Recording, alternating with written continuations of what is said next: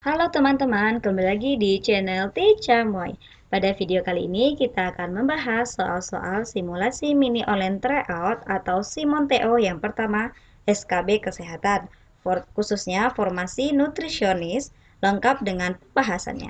Nah, buat teman-teman yang sudah mengikuti TO-nya, saya harap tonton videonya sampai habis. Karena apa? Karena hasil TO akan kita umumkan pada video ini. Selain itu, teman-teman dapat belajar dari penjelasan maupun pembahasan soalnya. Selamat belajar, semoga sukses. Soal yang pertama, balita dengan edem pada kedua punggung kaki, wajah sembab dengan rambut yang mudah dicabut tanpa sakit, dan pandangannya sayu merupakan klasifikasi gizi buruk. A. Campuran, B. Stunting, C. Marasmus, D. Kwashiorkor, E. Dwarfisme. Jawabannya adalah D. Kwashiorkor. Klasifikasi gizi buruk ini ada tiga. Yang pertama Kwashiorkor, dua Marasmus, dan tiga tipe campuran. Kwashiorkor ini merupakan kurangnya intake protein, namun hanya dengan intake energi yang sebenarnya cukup, hanya defisiensi protein saja. Nah, ciri-cirinya adalah udem pada kedua punggung kaki, kemudian rambut kemerahan dan mudah dicabut, kurang aktif, rewel, cengeng, kemudian pengurusan otot, dan crazy pavement dermatosis. Yang selanjutnya marasmus, ini merupakan kurangnya intake sumber energi secara umum termasuk karbohidrat, lemak, dan protein. Cirinya adalah wajah seperti orang tua, kulit terlihat longgar, iga gambang, kemudian baggy pants, dan kulit paha berkeriput. Yang ketiga adalah tipe campuran, yaitu campuran dari marasmus dan kwashiorkor.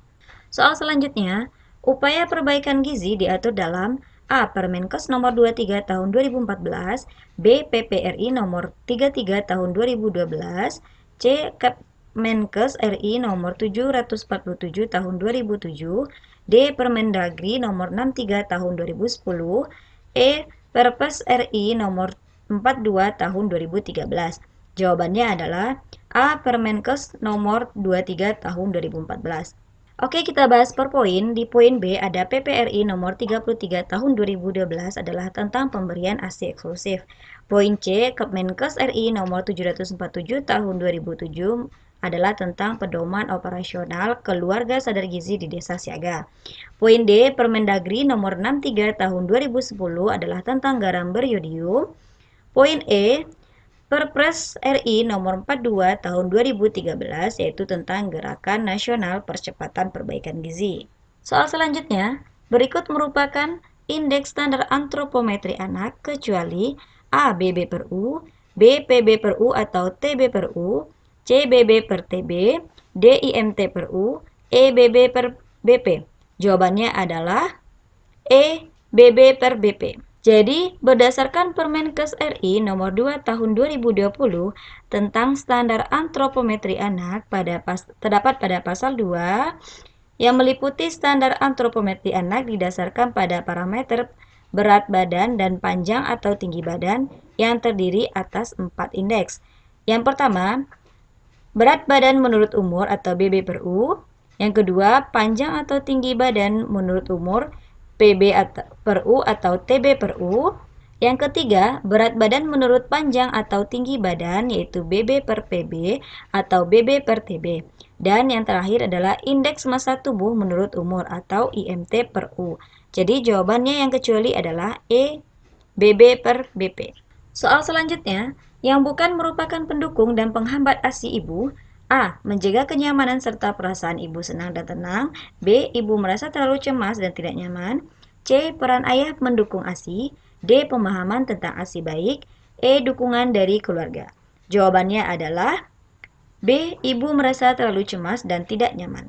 Lanjut, berapakah angka kecukupan karbohidrat pada wanita usia 19 tahun sampai 29 tahun dengan berat 55 kg dan tinggi 159 cm yang dianjurkan per orang per hari? A. 430 gram, B. 300 gram, C. 360 gram, D. 340 gram, E. 280 gram.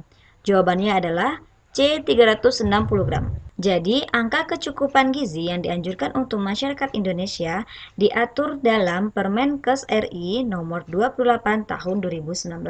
Nah, yang ditanyakan pada soal adalah tentang kecakupan karbohidrat dalam gram pada perempuan atau wanita usia 19 sampai 29 tahun. Dapat kita lihat pada tabel, yaitu jawabannya adalah 360 gram. Oke, kita rehat dulu sejenak untuk lihat hasil Simon TO1 yang sudah teman-teman ikuti. Karena peserta hanya sedikit, maka jumlah soal hanya 15 butir. Satu soal benar, poinnya 5, salah 0, jadi total nilai adalah 75. Di sini teman-teman bisa lihat skor, kemudian ini nama, dan instansi tempat yang teman-teman lamar. Dari 11 jumlah peserta, nilai tertinggi adalah 65 dari total jumlah nilai 75. Bagi teman-teman yang hasil TO-nya belum memuaskan, tingkatkan lagi belajarnya, terus dan tetap berlatih untuk membahas soal-soal SKB, agar lolos jadi ASN. Untuk TO selanjutnya, jangan lupa ajak dan share ke semua sosial media yang kamu punya, agar Simon TO2 SKB Formasi Nutrisionis dapat dilaksanakan. Lanjut, Hari Posyandu Nasional diperingati setiap tanggal A. 25 Januari, B. 23 Juli, C. 15 Oktober, D. 29 April, E. 12 November. Jawabannya adalah D. 29 April. Oke, untuk materi terkait hari-hari penting kesehatan, ada pada video linknya yang muncul di sudut kanan atas layar ini. Teman-teman bisa mempelajari hari-hari penting kesehatan pada video tersebut. Lanjut soal berikutnya, dalam produk pangan jenis karbohidrat yang memiliki rasa manis, A. Glukosa, B. Fruktosa, C. Laktosa, D. Disakarida, E. Sukrosa. Jawabannya adalah E. Sukrosa. Jadi, sukrosa merupakan contoh disakarida yang umum digunakan dalam konsumsi sehari-hari. Sukrosa ini terbentuk dari gabungan satu molekul glukosa dan galaktosa. Di dalam produk pangan, sukrosa merupakan pembentuk hampir 90% dari gula pasir yang biasa digunakan dalam konsumsi sehari-hari. Makanya memiliki rasa manis. Sedangkan laktosa merupakan karbohidrat yang banyak terdapat di dalam susu sapi. Soal selanjutnya, mineral yang berperan penting dalam pembekuan darah adalah A. Kalsium, B. Magnesium, C. Ferrum, D. Potasium, E. Natrium. Jawabannya adalah A. Kalsium. Kalsium merupakan mineral yang paling banyak di dalam tubuh, yaitu sekitar 1,5 sampai 2%.